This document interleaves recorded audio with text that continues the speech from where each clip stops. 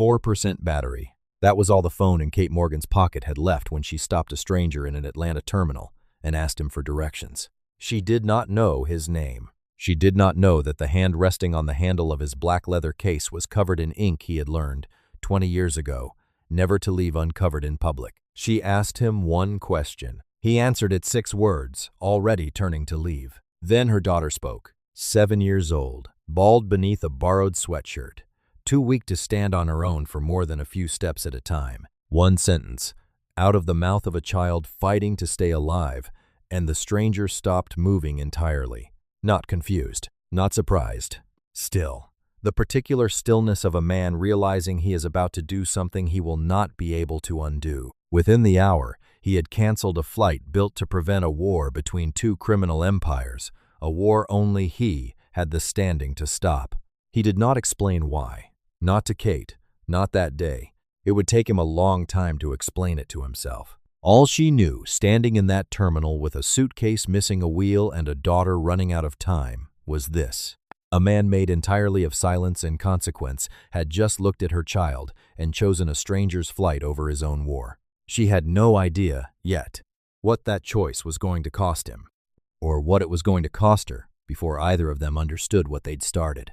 Welcome to Afro-Korean Love Empire. If you love emotional Afro-Korean Mafia romance stories, the kind filled with danger, forbidden love, powerful men, brave black women, and love that has to survive real pain, subscribe right now so you don't miss the next one. And stay with me, because what this single mother just asked in that airport will help save her daughter, break open a mafia boss's heart, and begin a love story neither of them saw coming. Hartsfield Jackson, at 6:41 in the morning, is not a kind place to be lost.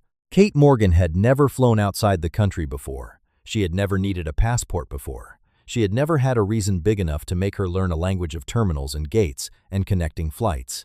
Now she had one. 7 years old. Far lighter than any 7-year-old should have felt in her mother's arms. Wrapped in her father's old university sweatshirt because it was the only thing soft enough not to hurt her skin. Emma's suitcase wheel had cracked somewhere between the parking shuttle and security, so Kate carried it under one arm, dragging it sideways like a wounded animal. Emma rode on her hip, too weak to walk the distance, her head tucked into the curve of Kate's neck, her breath shallow and even. Kate's phone read 4% battery. The gate agent at the counter had given her directions in a rush, waved toward a hallway that split into 3, and Kate had already guessed wrong once. That was when she saw him. A tall man in a black tailored suit, standing very still while the terminal moved around him. His hand rested on the handle of a leather case, and along his knuckles, visible only because his sleeve had ridden up an inch dark ink curled beneath the skin. More of it showed just above his collar, disappearing into his shirt like something he had learned to keep contained. He looked like money. He looked like a man who did not get lost. Kate walked up to him anyway, because desperation does not care how a stranger looks. "Excuse me, I'm so sorry. Do you know where gate C14 is? I think I took a wrong turn." He looked at her for exactly 1 second longer than a stranger should. Then he pointed, calm and precise, down a corridor to their left. "That way, past the food court. You'll see the sign." "Thank you." Kate exhaled like she'd been holding her breath since the parking garage. "Thank you so much." He nodded once and began to turn away, already finished with the conversation, already reaching for the next hour of his very expensive day. And then Emma lifted her head off Kate's shoulder, pale, half asleep, her voice thin as paper, and asked the question that stopped a mafia boss cold in the middle of an American airport. "Mommy, is that the flight taking us to Hanul Hospital?" Du Guillaume did not move. Kate didn't notice at first. She was already adjusting Emma's weight, already glancing toward the corridor he'd pointed to. It took her a second to realize the man hadn't walked away. He was staring at Emma, not with pity, not the way strangers usually looked at a bald, thin child in an airport, that quick, guilty glance and away. He was staring like he'd heard a name he thought he'd buried. "Sir?" Kate said carefully. He blinked. Something behind his eyes closed like a door. "Sorry," he said. His voice had gone quieter. "I, Hanul. You're going to Hanul Children's. You know it?" A pause, long enough that Kate almost repeated the question. "I know it," he said. Then he did something that made no sense to Kate at all. He turned, walked to the nearest airline counter, and in low, fast Korean, she couldn't understand a word of canceled a flight. His flight. The one to Zurich. The one that 3 floors up in a private lounge, 2 men in dark suits were already waiting to escort him toward a peace agreement worth more than most cities' annual budgets. He didn't explain it to Kate. He barely explained it to himself. He told himself he only wanted to make sure the child made her connection. He did not yet understand that a 7-year-old with a bald head and a question about a hospital was about to take apart 20 years of walls he had built brick by careful brick. He did not yet know her name was Emma. He did not yet know that Kate Morgan, searching for a gate with a dying phone and a broken suitcase wheel, had just changed the direction of his entire life. He only knew one thing. Standing there while the gate agent processed the cancellation and his phone began lighting up with missed calls from Seoul, he was getting on that plane with them. Why did the name of a children's hospital make a man like that go pale? Who was he protecting himself from by staying away from it for 20 years? Why did a group of men in black cars later bow to him like he was royalty, when Kate had assumed he was just a wealthy traveler? Could Kate ever trust a man whose money might have come from somewhere she didn't want to know about? And when the truth about his own family finally surfaced, would it bring Kate and Dogyum closer together, or tear apart the fragile thing they'd only just begun building? Some of those answers are coming. Not all of them yet. Kate Morgan had built her whole adult life on the belief that love should not require someone to lose themselves to keep it. She married James Morgan at 24, young enough to believe that good intentions were the same thing as compatibility. James was not cruel. He never raised his voice, never controlled her money, never made her afraid to come home. He was, in every measurable way, a decent man. He was also the wrong one for her. Their marriage became a slow accumulation of misunderstandings, the kind that don't announce themselves as crises. James solved problems Kate hadn't asked him to solve. Kate withdrew into silence instead of asking for what she needed. They spent 6 years trying to reshape each other into people who fit, instead of admitting they had married 2 good people who simply didn't match. They stayed together 2 years longer than they should have, because both of them had grown up believing divorce meant failure, and neither wanted to be the one who failed first. It was Kate who finally said it out loud. "I don't think staying is loving you anymore," she told him one night after Emma was asleep. "I think staying is just fear wearing a wedding ring." James cried. Kate cried. Neither of them fought about the furniture or the car. What she came to believe, in the 2 years after, was this: sometimes holding on becomes selfish. Sometimes letting go is the kindest thing 2 people can do for each other, and for the small person watching them decide who they're going to be. Emma was 5 when the divorce finalized. She was 6 when the first blood test came back wrong. Acute lymphoblastic leukemia. Kate had never even heard the full name before a doctor said it to her. In a small beige room with a box of tissues already placed conveniently on the table. Like they knew. The first round of treatment worked. For 11 months, Emma's hair grew back in soft, dark curls, and Kate let herself believe the worst chapter was behind them. Then came the relapse. Relapse is a word that sounds almost gentle until you understand what it means for a body that has already been through so much. The local hospital's oncologist was honest with Kate in a way she both hated and respected. Standard protocols weren't going to be enough this time. There was a program, an aggressive international treatment track, with better survival data than anything available to them in Atlanta, but it operated out of a research hospital in Seoul. Kate had sold her car within a month. She'd emptied a retirement account she'd barely started building. She'd taken a second job as an overnight home care aide for an elderly man 3 streets over, sleeping in 2-hour intervals between his medication schedule and Emma's school pickup. She never let Emma see her cry. She cried in her car. She cried in the shower, where the water covered the sound. She cried once, badly, in a Target parking lot at 11 at night, and then wiped her face and went inside to buy a birthday present for Emma's classmate, because life, unbearably, kept right on requiring things of her. Kate learned to function on fragments of sleep stitched together between her overnight client's medication schedule, Emma's school runs, and the growing folder of medical bills she kept in a drawer she tried not to open more than once a week. She told herself, over and over, the same thing she'd told James the night she asked for the divorce.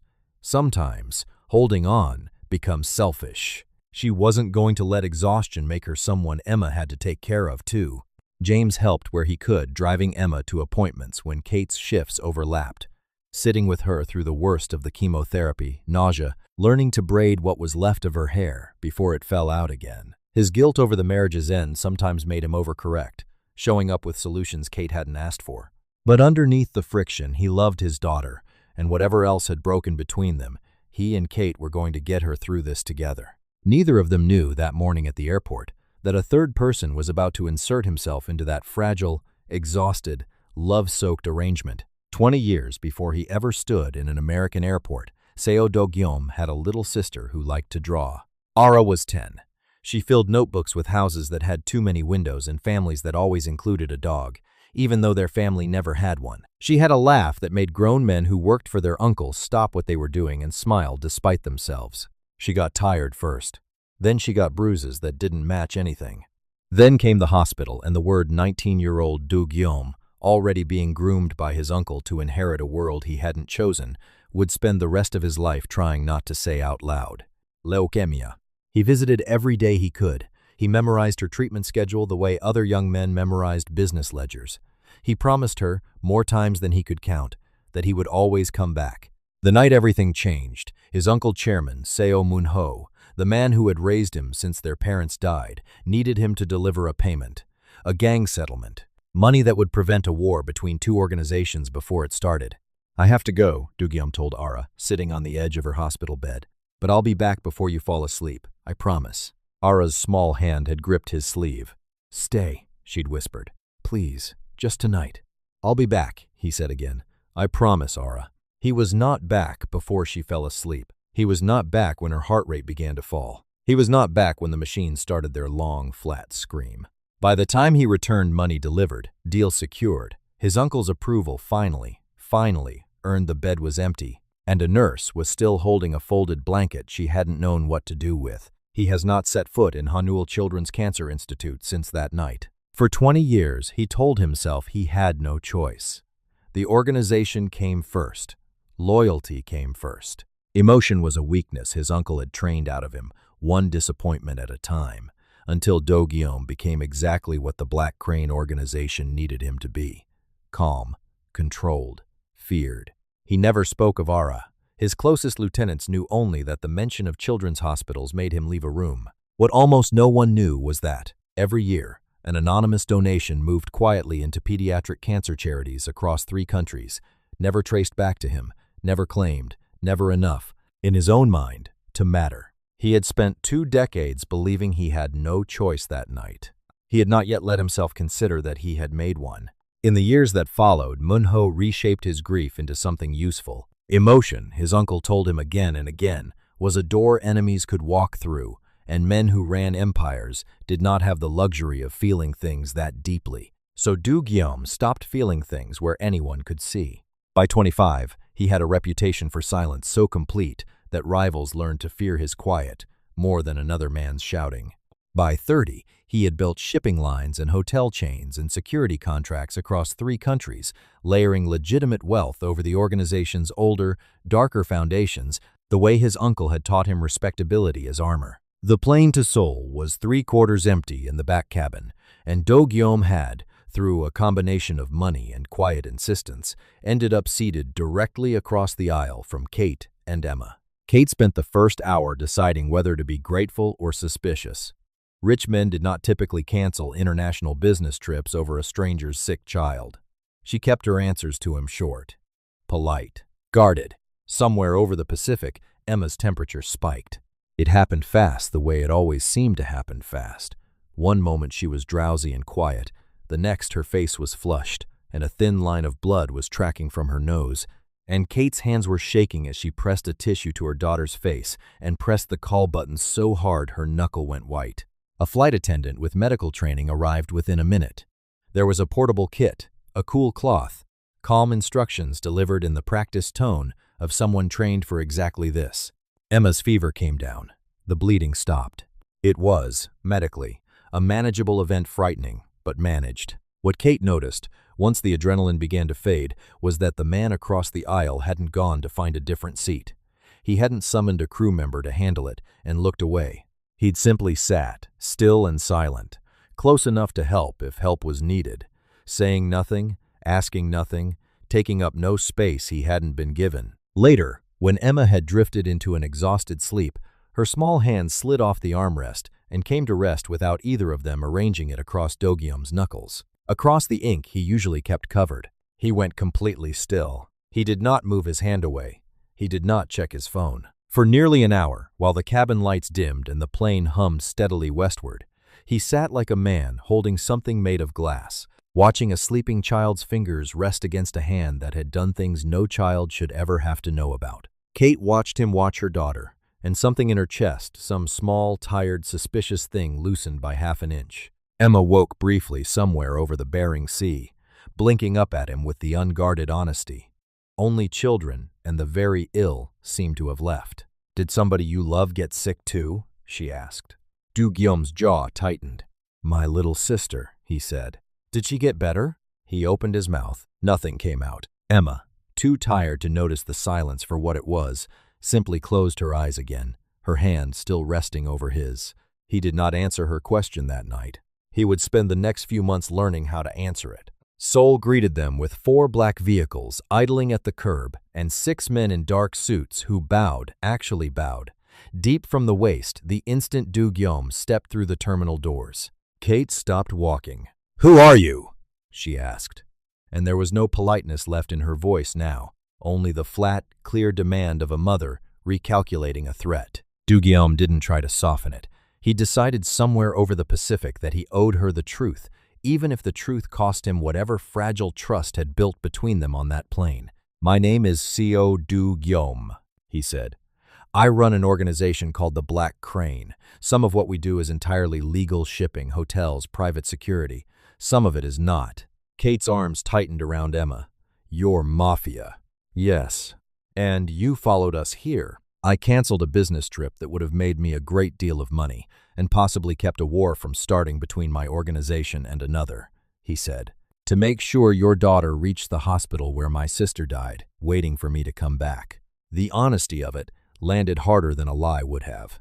Kate wanted to walk away. Every instinct she had, every hard-won lesson about self-sufficiency, every fear she'd built up over months of fighting alone, told her to take Emma's hand and find her own way to the hospital. Dangerous strangers' cars be damned. But Emma needed to reach Hanul Children's within the hour for intake, and Kate's phone was dead, and she did not know this city, and Pride had never once paid for a single round of chemotherapy. "Fine," she said.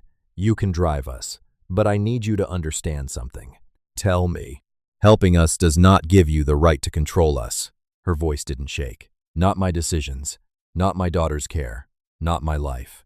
If that's a problem for you, say so now, and I'll find another way." Do-gyum looked at her for a long moment, the kind of look Kate would realize much later, that very few people had ever dared to earn from him.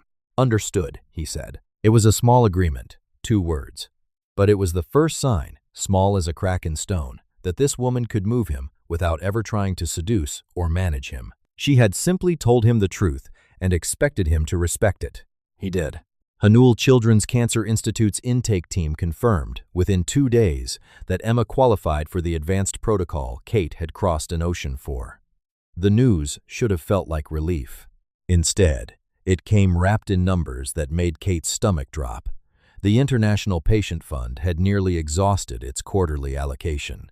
Insurance from the United States covered a fraction of the cost. Kate might need to remain in Korea for months, possibly longer. The first line of treatment might not be enough. A stem cell transplant was, the doctors said carefully, a realistic possibility down the road, and finding a donor match across an ocean would not be simple. Do-gyum offered to cover it, all of it, immediately, without condition, the way he'd have handled any inconvenient obstacle in his professional life. Money moved. Problem solved. Kate refused before he'd finished the sentence. "I will fight for my daughter with everything I have," she told him, standing in a hospital corridor that smelled of antiseptic and fear. "But I will not knowingly save her with money that destroyed another mother's child. I don't know where your money comes from, Do-gyum. And until I do, I can't take it." It was the first time she'd said his name. It landed somewhere in his chest he hadn't expected. He didn't argue with her. He didn't try to convince her that money was money, that need outweighed origin, that she was being impractical in the face of her daughter's life. Instead, he went and did something none of his lieutenants had ever seen him do for anyone. He sold a property, a lawful, legitimately owned luxury building in Incheon, one of the few assets untouched by the organization's darker business, and transferred the proceeds transparently, publicly, through the hospital's own foundation office, with Kate's name listed as the family it was intended to help. He brought her the paperwork himself. "Clean?" he said, setting the folder on the table between them. "You can have your lawyer verify every line of it. I'm not asking you to trust me. I'm giving you a way not to have to." Kate read every page. It was the first time he had changed not just what he did for her, but how he did it. And it was the first time Kate let herself wonder whether the man across from her might be more complicated than dangerous.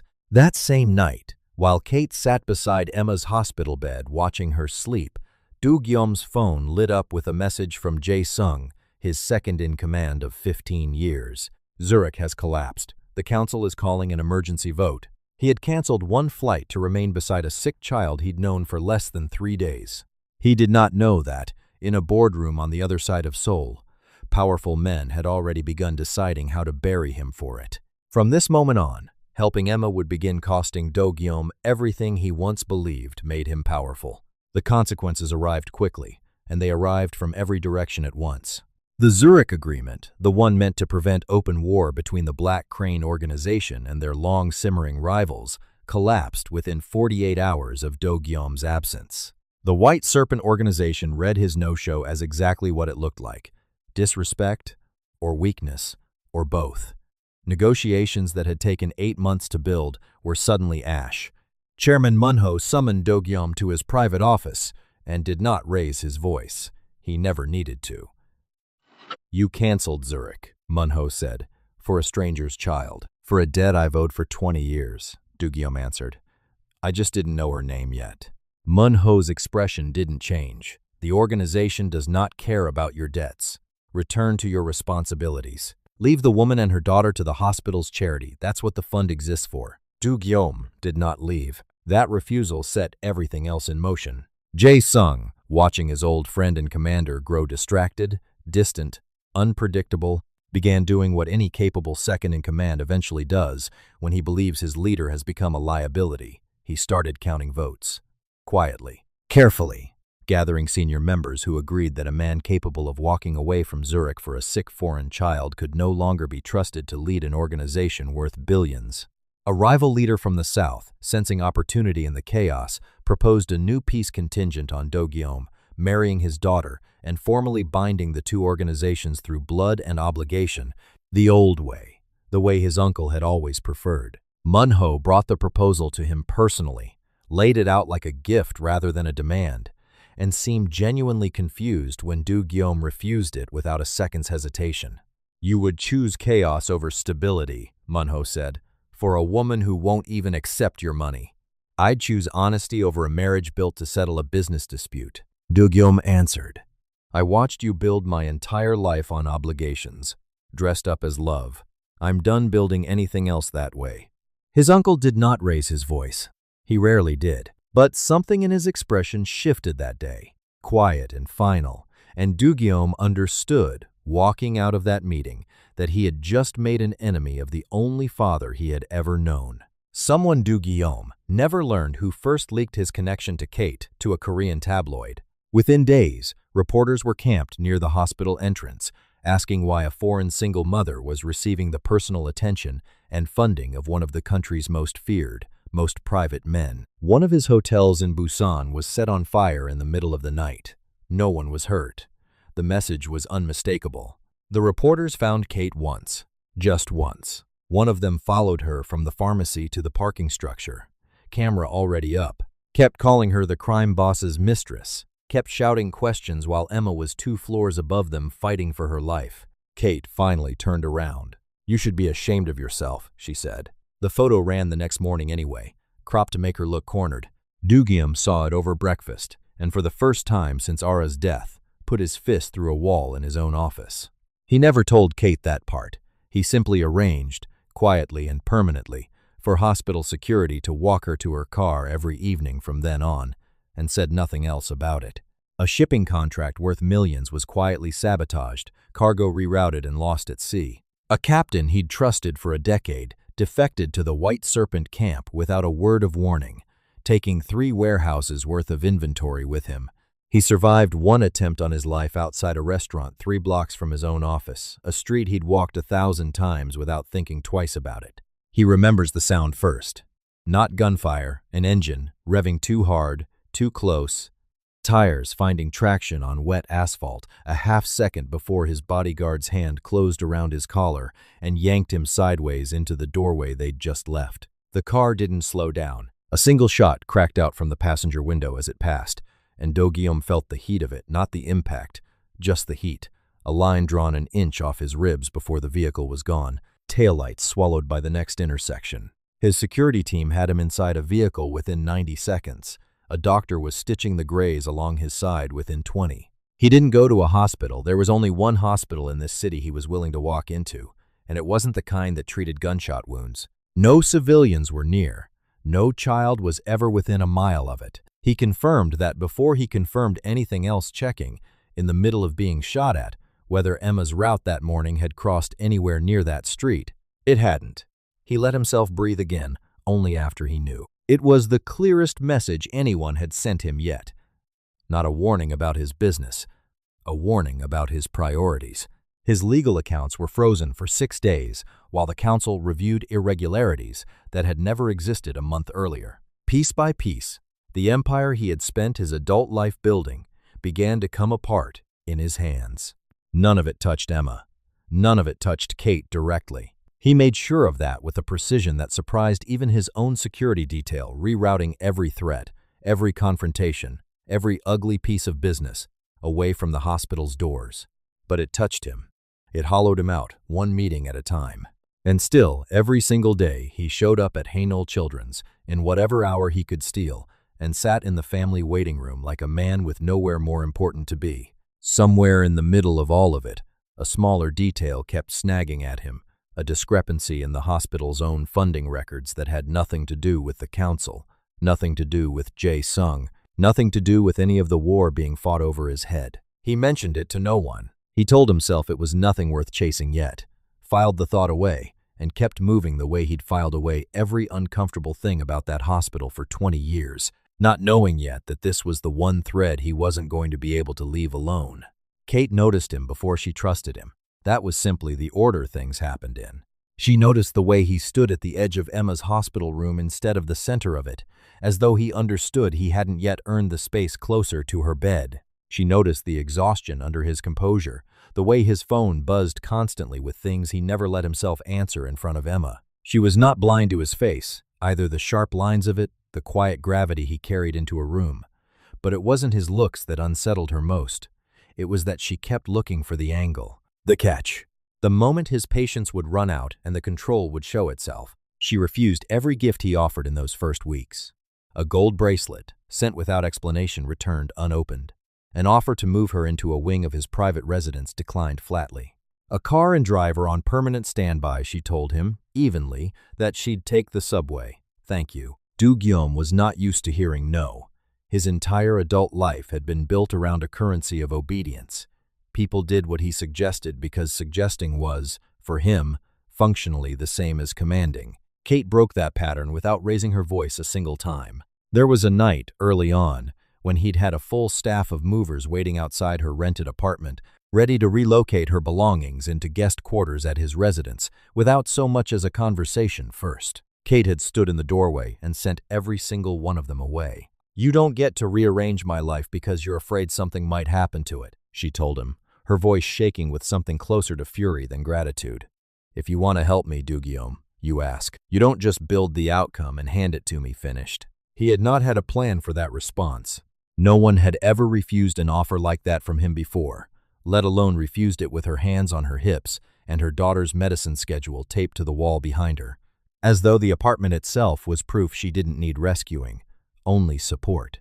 It took him longer than he would have liked to admit to understand that her no wasn't a rejection of him, it was a boundary. And slowly, awkwardly, in ways his uncle would have called weakness and Kate quietly recognized as growth, he began to respect it. He stopped offering. He started asking, "May I sit with her during the consultation today? Would it help if I arranged transportation?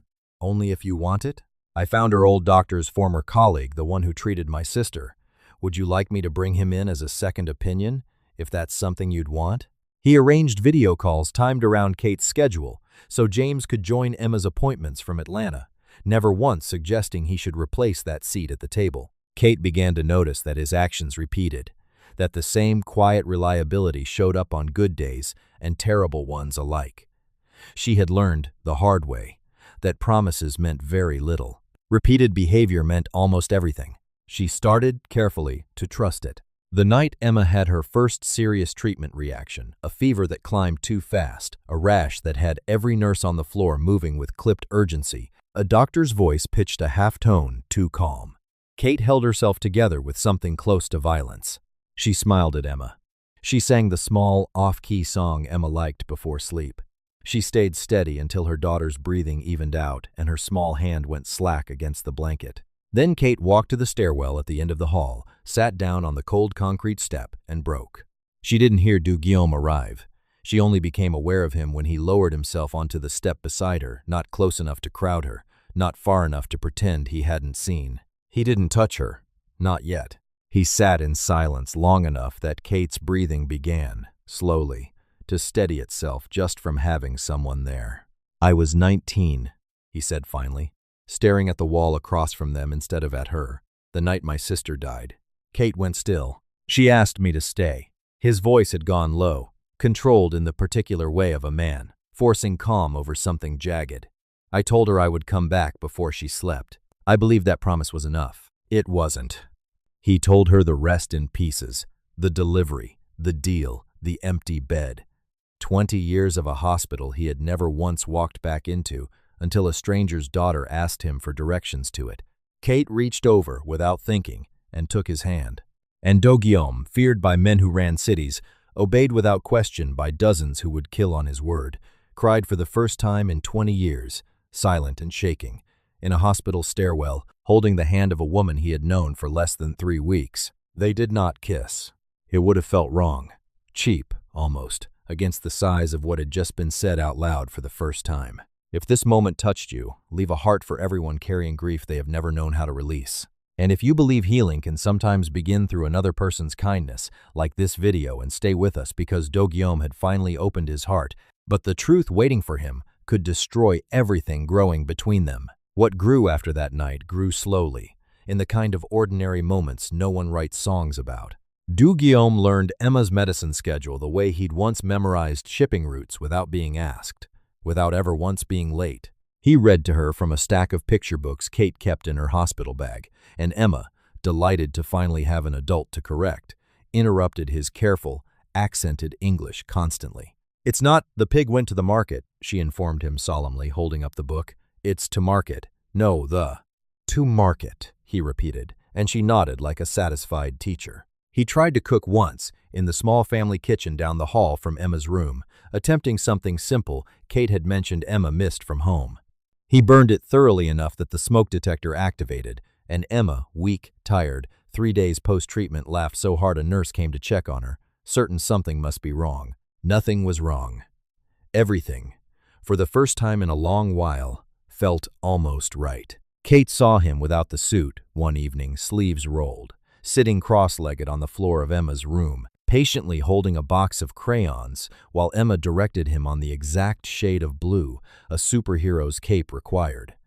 There was no empire in that posture, no black cars, just a man on a hospital floor, doing what he was told by a 7-year-old. Emma was drawing a family portrait a few days later, the same recurring picture she'd been making since before the diagnosis, the one where she always left one face blank, always told Kate the same quiet thing: "I haven't met him yet." This time, when Kate glanced over, the blank space had a face in it. Tattoos peeking from a suit sleeve, a small, careful crown drawn above his head, the way children draw crowns on people they've decided are important. Emma didn't explain it. She just kept coloring, humming to herself, as though she hadn't just rewritten the shape of her own family without asking anyone's permission. Kate said nothing. But something in her chest, guarded for so long it had nearly forgotten how to open, cracked wide. One evening, exhausted past the point of resistance, Kate fell asleep in the vinyl chair beside Emma's bed. She woke sometime past midnight to find Du Guillaume's suit jacket draped carefully over her shoulders, and Du Guillaume himself sitting quietly across the room, awake, checking his phone only when he was certain she was still asleep, present for no reason except that he wanted to be. He had by then sat through an important test result consultation, on a day his organization was actively voting on whether to strip him of his title. He had chosen the hospital room over the boardroom, without hesitation, without announcing it as a sacrifice. There were smaller moments too, the kind that don't sound like much until you add them up. He learned, without being told twice, that Emma liked her water with exactly 2 ice cubes, no more. He kept a spare set of headphones in his coat pocket for the days her treatment made overhead announcements unbearable. One rainy evening, Kate came back from the pharmacy to find Emma teaching him a card game with rules that changed every few minutes, entirely to Emma's advantage. Do-gyum kept losing. He kept playing anyway, his expression a careful mask of wounded seriousness that made Emma shriek with laughter every time he lost another round. "You're letting her win," Kate said from the doorway, arms crossed, fighting a smile. "I'm letting her win," he agreed, not looking up from his cards, "because I've built and lost a business empire this month, and this is the only game left where I still have a fighting chance." Kate laughed, a real one, surprised out of her, and Do-gyum looked up just in time to see it, and something in his chest settled like a key finally finding its lock. The confrontation came on a night Do-gyum hadn't planned to survive, telling her about. He arrived at the hospital late, moving carefully, a stiffness in his shoulders that Kate clocked the second he walked through the door. He'd promised Emma he would be there for her test results that evening, a promise made before an ambush outside one of his warehouses left 2 of his men injured, and Do-gyum himself with a blade wound along his side that his own doctor hadn't finished stitching before he insisted on leaving. Kate saw the dark stains spreading faintly beneath his shirt before he'd said a single word. "You're bleeding," she said, already pulling him toward an empty exam room, already reaching for gauze with hands that had grown steady from months of watching Emma's own wounds get tended. "It's not as bad as it looks. Sit down." He sat. She worked in silence for a moment, cleaning the wound with more gentleness than he probably deserved, given how angry she clearly was underneath it.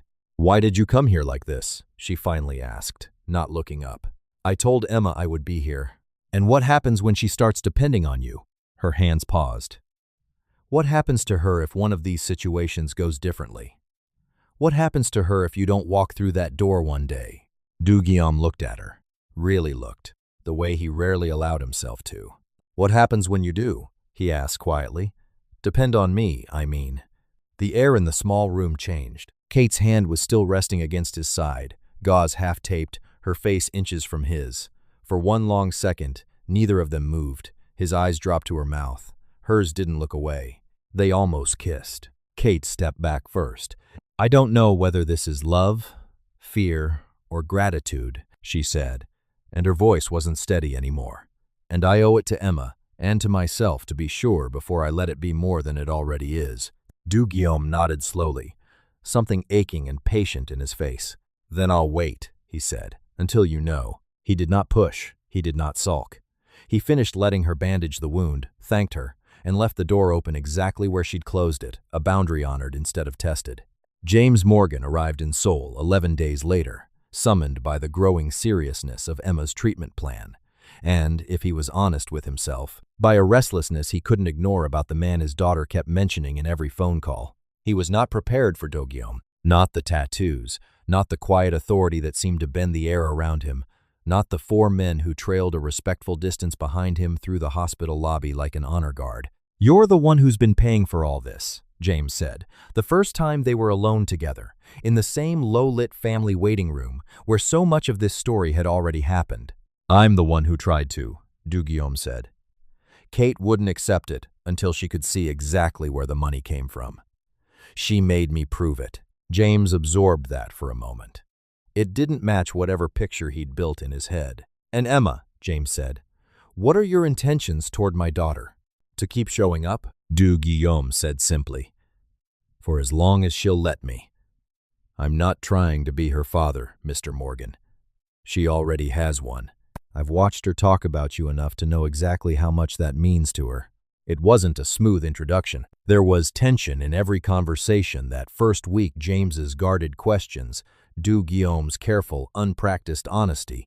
Kate caught between 2 men who both, in entirely different ways, loved her daughter. But Kate drew the line clearly, for both of them. "Our marriage ended," she told Do-gyum, the day James first watched them together in the hallway, and his jaw had visibly tightened. James's fatherhood didn't. That doesn't change because you're here. And to James, later that same night, you are Emma's father. That will never stop being true. But you are no longer the person who chooses who I let into my life.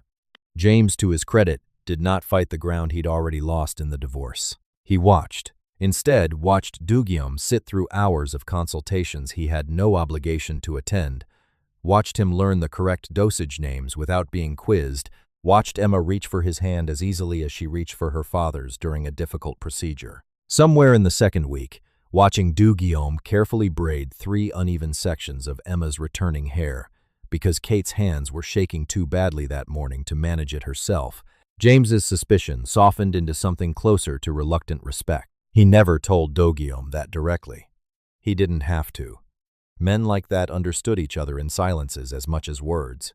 The truth, when it finally surfaced, arrived in 2 pieces, and the first piece broke something between Kate and Do-gyum before it could heal anything else.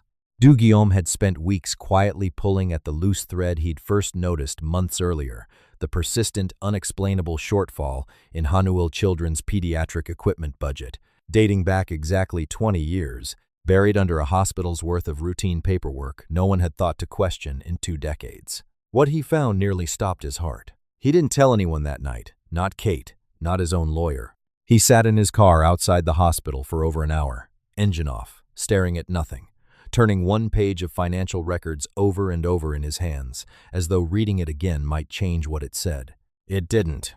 He spent the next 6 days confirming it 3 separate ways, because some truths are too large to accept on a single reading through the hospital's own decade-old records, gathering dust in a room no one had opened in years, through a retired accountant who had once worked for his uncle and agreed, reluctantly, to explain the shell structure a certain donation had passed through, and through a shipping invoice, dated 3 days after Ara's death, that matched the exact figure down to the last one. Shortly before Ara died, a major donation, enough to fund an entire specialized treatment wing, had been earmarked for the hospital, and then, quietly, redirected, diverted through a shell account, used to fund the exact gang settlement Munho had sent 19-year-old Do-gyum to deliver on the night his sister needed him most. His uncle had stolen from a children's hospital to pay off a criminal debt. The theft had left Haneil's pediatric program understaffed and undersupplied for months during the exact window Ara was fighting for her life. No doctor could say with certainty that the shortage had cost her the extra chance she might have had,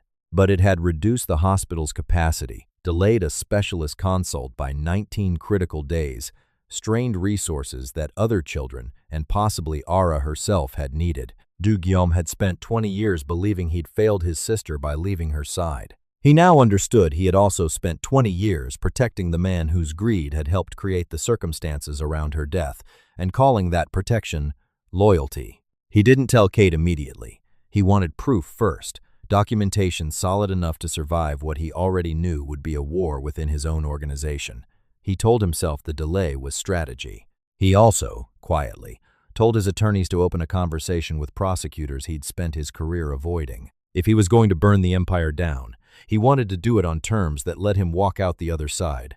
Not as a free man exactly, but not as a man behind bars either. Kate found out anyway through a slip from Jae-sung, meant as a weapon against Do-gyum, that instead became a wound between him and Kate. "You knew," she said, standing in the hallway outside Emma's room, her voice low so it wouldn't carry through the door. "You've known for days, and you didn't tell me. I wanted proof before I—" "You keep calling secrecy protection," Kate cut in, and there were tears in her eyes now, angry ones. "But every time you hide the truth, you're only protecting the part of yourself that believes I'll leave the second I see all of you clearly." Do-gyum had no answer for that, because it was true, and he knew it the moment she said it. Kate didn't ban him from Emma's room. She didn't take that away from either of them. Emma had grown to love him too, honestly, for Kate to punish her for it. But she stepped back from him. The almost kiss in the exam room, the quiet closeness of shared dinners and shared exhaustion, all of it went cold and careful again. A door she had begun to open, now pulled firmly shut. Do-gyum didn't argue his way back in. He'd learned that much from her, at least that pushing against a closed door only proved you'd never understood why it closed. Instead, he kept showing up for Emma exactly as he had before, quietly, without asking anything of Kate in return, letting the distance be hers to close if she ever chose to. He came to Emma's room 3 days later with a folder under his arm and stopped at the doorway instead of walking in. "May I?" he asked. Kate looked up from the chair by the window, the same chair, a different distance between them now than there had been a week earlier. "Emma wants you here," she said. "That hasn't changed." He nodded and sat near the door. Not beside Kate, not beside the bed. Near the door, where he could leave the moment either of them needed him to. When Emma dozed off, he set the folder on the table between them, every page of what he'd found, every confirmation, nothing held back this time. "That's all of it," he said. "I'm not going to explain it, and I'm not going to defend how long I sat on it. You already know why, and it isn't a good enough reason." Kate didn't open the folder. Not yet. "I'm not asking you to forgive me," he said. "You have every right not to. I just didn't want there to be one more thing between us that you didn't have the whole truth about." He left without asking for anything in return, not a word, not a softer look, not the door swinging back open. Kate sat with the folder, unopened, for a long time after he'd gone. Some nights, watching him sit across the room instead of beside her, Kate wondered if she'd asked for too much honesty, too late, or not nearly enough of it soon enough. The second truth arrived a week later, and it came from an unlikely source. One of Jae-sung's own men showed up at a safe house near midnight, disillusioned by what he'd been asked to help plan, refusing to give his name to anyone but Do-gyeom directly. He wouldn't sit down. He wouldn't take the water he was offered. He stood by the door, the way a man stands when he wants to be able to leave quickly, and said only that there was something Do-gyeom needed to hear before it stopped mattering. Do-gyeom told him to speak. The man looked at the door twice before he finally did. The Zurich meeting had never been a genuine peace negotiation. It had been a trap engineered jointly by Munho, Jae-sung, and senior figures within the White Serpent organization, designed to lure Do-gyeom to Switzerland, eliminate him quietly on foreign soil, and announce afterward that he had abandoned his post, dissolving what remained of his authority before his body was even found. Canceling that flight had not simply delayed a business trip, it had saved his life. He sat with that knowledge for a long time, alone, in the quiet of a hotel room he barely used anymore. He had spent weeks believing he'd made the sacrifice that morning, that helping Kate had cost him something enormous, and he'd been right to grieve the empire crumbling around him as the price of it. The truth was harder and stranger and more humbling to accept. He had not saved Kate and Emma first. Kate had saved him with a simple question about a gate, 3 words about a hospital from the mouth of a child fighting to stay alive, before he had ever done a single thing to help either of them. The council meeting that would decide Do-gyeom's fate was held in a private room on the top floor of a building he had personally helped design a decade earlier, a detail that felt, to him, almost cruelly appropriate. Munho sat at the head of the long table. Jae-sung stood near the window, arms crossed, unwilling to meet Do-gyeom's eyes directly. A dozen senior members filled the remaining seats, men who had followed Do-gyeom for years and now sat waiting to see which way the wind would break. Munho laid out the terms with the same calm precision he'd used to raise Do-gyeom his entire life. "Leave the American woman," he said. "Enter the marriage alliance that secures peace with the South. Protect this organization's name, protect my name, and remain exactly what I built you to be. Do that, and everything returns to how it was." Do-gyeom could keep his empire or become the man Kate and Emma believed he could be. What would you choose? Comment. Choose love if you believe some things are worth more than power. And like this video, because the decision he makes next will change every life in this story. Do-gyeom stood at the head of that table and, for the first time in 20 years, told the truth without calculating what it would cost him first. He set a folder on the table and slid it toward the center, where every man in the room could see it. "You stole from a children's hospital," he said, looking directly at his uncle, "to pay off a debt you sent me to deliver the night my sister died. It's all here. The donation, the shell account, the shipping invoice, dated 3 days after she died, for the exact amount that vanished from Hanul's equipment fund." Nobody reached for the folder. Nobody needed to. Munho's face told the room everything the documents would have. "You let me believe, for 20 years, that leaving her side was simply what loyalty required," Do-gyeom said. "It wasn't loyalty. It was theft, dressed up as duty." The room went utterly silent. One of the senior captains, a man who had sat at that table since before Do-gyeom was born, finally spoke. "Chairman, Is this true? Munho did not deny it. That, more than anything, was its own confession. The organization needed that money more than a hospital bed needed it, he said, and his voice did not shake. Ara was already gone the moment the diagnosis came. I made a decision that kept 400 men employed and this family standing for another generation. I would make it again. Something in Du Guillaume's chest went very still and very cold, the particular stillness of a man standing at the edge of something he could not take back. For one long second, he understood exactly how easy it would be to close the distance to his uncle's chair and finish this the way his uncle had raised him to finish things. He did not move. You don't get to decide that her life was worth less than a shipping route, he said instead, and his voice, when it came, was quieter than anyone at that table expected. Not then. Not now. I won't protect that anymore, Du Guillaume said. Not for the organization. Not for you. Around the table, several of the senior members exchanged glances. A few had known Du Guillaume since he was a teenager, standing at his uncle's shoulder, learning to keep his face still. None of them had ever heard him speak to Munho this way. The oldest among them, the man who had personally trained Du Guillaume in his 20s, rose from his seat and moved to stand behind Du Guillaume's chair instead of his uncle's, a small, silent defection that told the room the vote was no longer as certain as Munho believed. Jae-sung, watching the room slip away from him in real time, moved before anyone could call for order, not toward Du Guillaume, but toward the folder, the only physical copy left in the room he could still destroy. He never reached it. The old captain stepped into his path. What followed was fast, and it was ugly, and none of it happened anywhere near a hospital or a child. Jae-sung shoved the older man hard enough to send him into the table. Two more men were on their feet. For a handful of seconds, the room was noise and shouting, and the scrape of overturned chairs. Du Guillaume put himself between Jae-sung and the man who tried to protect the evidence, and took a blow meant for those ribs instead of his own, a mistake Jae-sung didn't get the chance to correct, because by then, 3 of Du Guillaume's remaining loyal men had him on the floor. Du Guillaume spent the next 3 days under a doctor's careful watch, his ribs wrapped, a line of stitches along his jaw. He didn't regret where the blow had landed. The folder never left that room. By the time anyone thought to reach for it again, copies of every page were already sitting in a prosecutor's office across the city, sent the moment his attorneys received a single text message, exactly as he'd arranged with them weeks earlier, in case a night like this one ever came. Du Guillaume did not go to prison, but not by luck, and not by charm. Months before that council meeting, his attorneys had quietly finalized a conditional immunity agreement. In exchange for complete financial records, sworn testimony, the surrender of every criminal asset that could be traced, and evidence sufficient to dismantle Munho's network from the inside, prosecutors agreed not to charge him for operations they could not prove he had personally ordered. It was not forgiveness. It was a trade, and he paid for it in everything else he had. He lost leadership of the Black Crane organization entirely.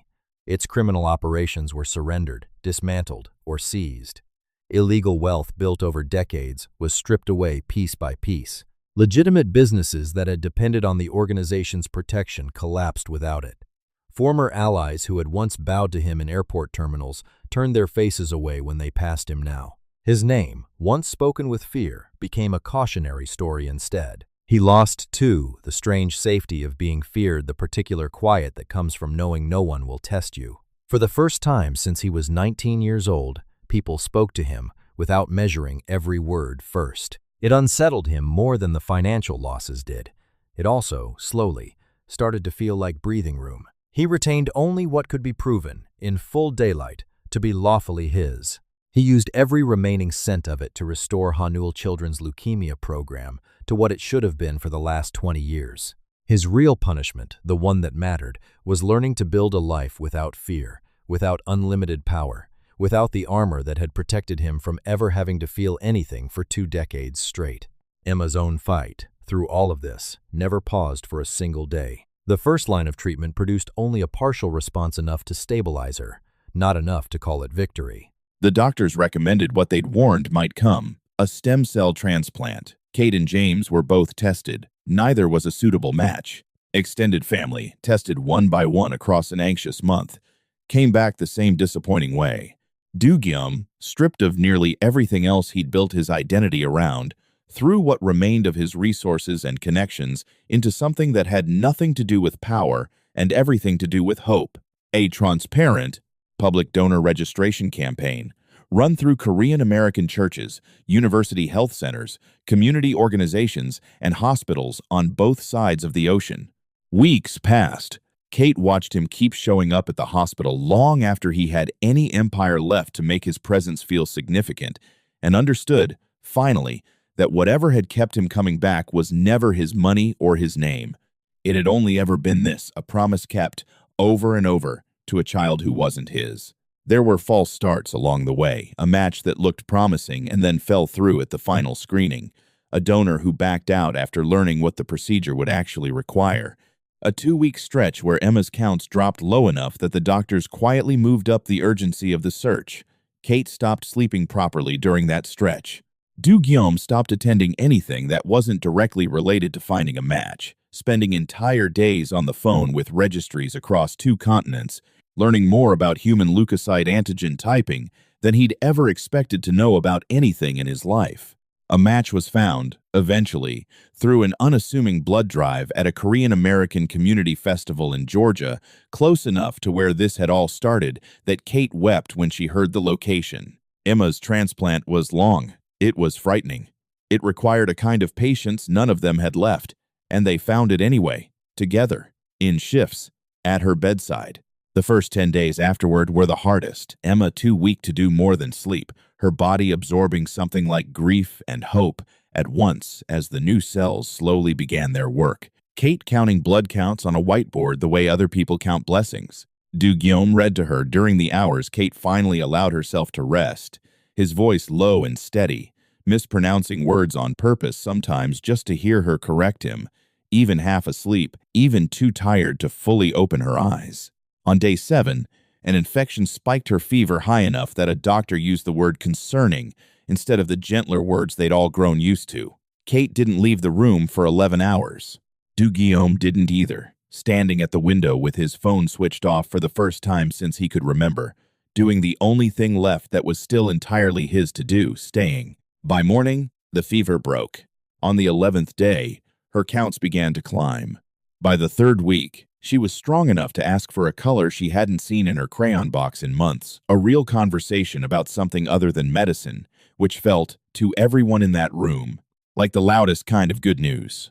She entered remission on a gray Tuesday afternoon that felt, to everyone in that room, like the loudest, quiet celebration of their lives.